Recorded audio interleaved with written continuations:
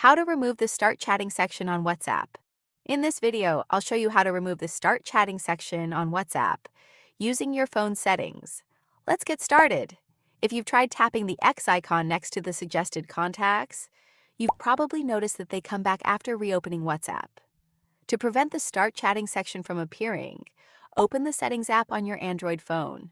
Next, tap Apps and search for WhatsApp.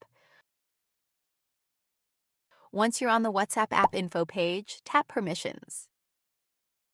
Then, select Contacts and choose Don't Allow to disable WhatsApp's access to your contacts. After that, open WhatsApp again. The Start Chatting section should no longer appear, since WhatsApp won't be able to access your contacts to display suggestions. Keep in mind that disabling contact access may also affect other WhatsApp features, such as displaying contact names or finding people from your phone's contact list. That's it. You've successfully removed the Start Chatting section on WhatsApp. If you found this video helpful, don't forget to like, share, and subscribe for more videos.